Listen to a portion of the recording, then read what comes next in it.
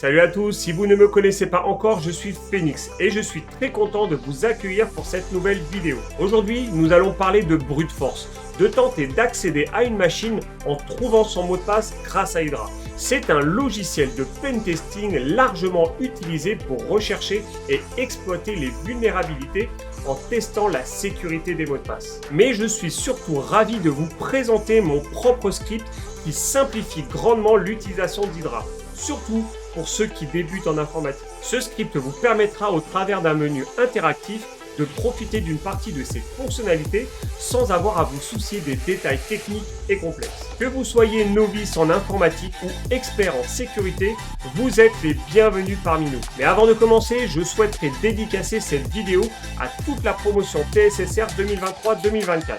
J'ai nommé Alexis, Arthur, Asmir, Delphin, Grégory, Ouda, Ikram, JD, Jonathan, Romain et particulièrement à Pierre. Cette vidéo est pour vous. Maintenant, si vous êtes prêts, on peut y aller.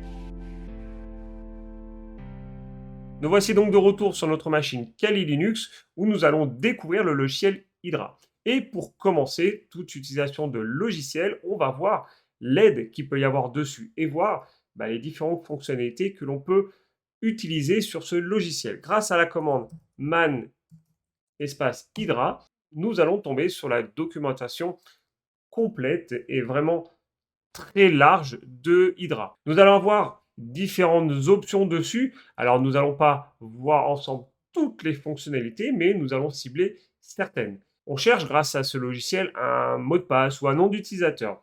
Et donc, vous avez le "-L" qui permet justement de sélectionner un nom d'utilisateur si vous le connaissez. Pareil pour le "-P" si vous avez par exemple le mot de passe, mais vous ne connaissez pas le nom d'utilisateur. Attention, le petit "L" veut dire que vous connaissez le nom d'utilisateur, le petit "P" veut dire que vous connaissez le mot de passe. Si vous utilisez le "-L", il vous faudra un fichier qui va contenir des noms d'utilisateurs pour que Hydra puisse les utiliser. C'est exactement la même chose avec le "-P". Donc, petit caractère, on connaît le nom d'utilisateur ou le mot de passe. Grand caractère, on utilise une word list, un dictionnaire pour tout ça. On aura besoin du "-S si vous voulez spécifier un port. Par exemple, le FTP de base, c'est le port 21. Mais si toutefois le port a été changé, on précise le nouveau port. Ça, ce sont vraiment les principales fonctionnalités de base dont vous aurez besoin. On va faire ensemble un test sur une machine. Alors, ma machine, c'est celle-ci. Voilà, c'est la fameuse machine distante sur laquelle on va essayer de se connecter. On va faire donc un Hydra, "-L" parce on connaît le nom d'utilisateur. Donc là, en l'occurrence, c'est sur une machine Metasploitable. Donc MSF admin, c'est le nom de l'utilisateur. "-P, mais grand P cette fois-ci parce que on ne connaît pas le mot de passe. Donc on va aller chercher une word list. Voilà. On peut spécifier éventuellement le port. Bon, là, en l'occurrence, celui par défaut, c'est le port 21. Et on va sélectionner notre cible. Voilà. Et on dit que c'est le protocole FTP que l'on va tenter de craquer. Donc, Hydra, le nom d'utilisateur, le mot de passe, le port éventuellement s'il est différent, notre cible et le service. Et on valide. Et là, simplement, on va le laisser faire. Vous voyez, là, il est en train d'attaquer cette machine-là via le service FTP. Et là, il y a juste à laisser faire. Et donc, voilà, ça n'a pas mis très longtemps. Donc, j'avais déjà intégré ce mot de passe dans la word list pour pas que ça dure trop longtemps. Mais, en l'occurrence, c'est vraiment très rapide. Donc, ça, c'est vraiment une des fonctionnalités. Vous pouvez tester avec du FTP, du SSH. Vous avez plein de fonctionnalités sur Hydra. Maintenant, ce que je veux surtout vous montrer, vous présenter aujourd'hui, parce que vous avez vu, il faut savoir que le petit "L" c'est ça, le grand "L" c'est ça, le petit "P", etc., le "-S", etc.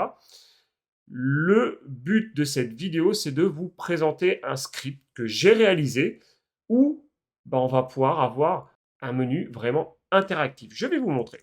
Voilà le petit script que j'ai pu réaliser sur Hydra. Alors, il est vraiment... J'essaie de le faire des plus complets. Le but, c'est vraiment de pouvoir vraiment interagir avec vous, de vous aider au maximum. Le premier menu, ça va être pour vérifier si Hydra est présent. Si Hydra est présent, impeccable. Vous voyez, on peut faire un test. Hein. Petit 1, Hydra est présent sur la machine. Amusez-vous bien avec ce script. Voilà, on est bon. Donc, si ce n'est pas présent, il va vous proposer de le télécharger tout en mettant à jour le système si vous souhaitez ou non. Premier choix. Le deuxième, ça vous permet de télécharger des mots de passe, de télécharger des dictionnaires. Vous voyez le petit 2, vous allez avoir, alors j'en ai trouvé quelques-uns, hein, il en existe d'autres, il en existe des bien meilleurs. Là, vous avez la possibilité de télécharger directement sur votre machine avec l'endroit où ce sera installé ces différentes word lists.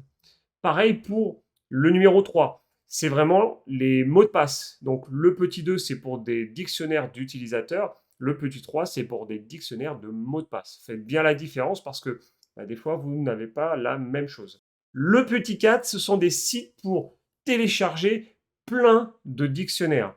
Donc, je vous ai mis des liens directement dessus parce que forcément, des fois, les télécharger, ce n'est pas possible. Par exemple, le RockU 2021 se télécharge en plusieurs fichiers. Donc, pour la simplicité, on va dire, de ce script, j'ai préféré vous donner directement le lien. Vous téléchargez tous les fichiers et dès que c'est fait, vous les décompressez. Et après, nous allons avoir le menu qui va vous permettre de craquer les différents mots de passe. Donc, le premier qui permet de craquer les mots de passe et les noms d'utilisateurs pour du FTP. On a du SSH, du SMB, du MySQL et du RDP. Je me suis limité sur ces principales fonctionnalités. Comme je vous ai dit, c'est un script qui est plutôt simple, qui est plutôt ludique. On va l'essayer ensemble. Il faut savoir que Hydra permet aussi de craquer tout ce qui est mot de passe sur des sites web, etc. L'intégrer dans un script n'était pas dans mes compétences. Comme je dis, c'était mon premier script. Alors j'en avais déjà fait un tout basique que vous pourrez retrouver sur mon GitHub sur Nmap. Très basique, hein, pas aussi complet que celui-ci. Mais ça, c'est le premier gros script que j'ai pu réaliser, où j'ai appris le langage, hein, donc j'étais plutôt satisfait de tout ça. Donc on va faire un test, par exemple, avec le FTP. Donc on fait le 5 et le script va simplement vous poser des questions pour savoir déjà, est-ce que l'on a le nom d'utilisateur. Si vous marquez oui, vous saisissez le nom d'utilisateur. Si vous marquez non, il faudra choisir une wordlist. Donc on va déjà faire un test avec l'utilisateur. Donc oui, on a le nom d'utilisateur et il faut le saisir. Donc MSF admin. Ensuite, est-ce que l'on a le mot de passe? Non. Donc on fait non. Là, vous aurez le choix de soit prendre le dictionnaire par défaut qui est RockU ou d'utiliser votre propre dictionnaire. Si vous utilisez votre propre dictionnaire, il faudra rentrer le chemin complet pour que le script l'utilise. Là, en l'occurrence, on utilise le dictionnaire par défaut. Donc, on fait non. À savoir que si RockU n'est pas présent, le script le téléchargera. Est-ce que l'on a l'adresse IP de la cible? J'espère bien, sans ça, je ne sais pas qui vous allez pouvoir attaquer. Donc, 192, 168, 100 et 130. Là, il va automatiquement vous demander votre mot de passe pour passer en mode route. Donc, on met ça.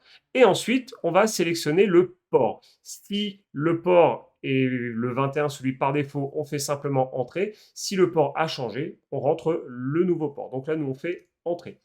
Et là, le script se lance et vous avez même le résumé de la commande juste au-dessus. Ça vous permet en même temps de voir si vous n'avez pas saisi une erreur, si le chemin est bon par rapport à tout ça. Tout est vraiment rajouté pour vous afficher en même temps la commande. Un débutant va saisir les différentes informations, mais au moins à la fin, il va pouvoir voir où il a saisi les informations et le résultat global de cette commande. Voilà. J'ai essayé de vraiment faire quelque chose de très simple, de très complet. Ça m'a pris beaucoup de temps. Il n'est pas forcément parfait. Je pense qu'il y a peut-être des bugs. Hein, ça peut arriver. Hein. C'est qu'une première version. N'hésitez pas à le tester. N'hésitez pas à me donner des retours par rapport à ça. De toute façon, vous aurez le lien GitHub pour pouvoir le télécharger. Et voilà, il a trouvé automatiquement le mot de passe grâce à la wordlist. On fait entrer. On peut sortir du script et on va tester, voir si ça fonctionne. FTP de l'adresse IP. MSF admin, MSF admin, et là, on est bien connecté. On va faire un get du flag qui est juste ici.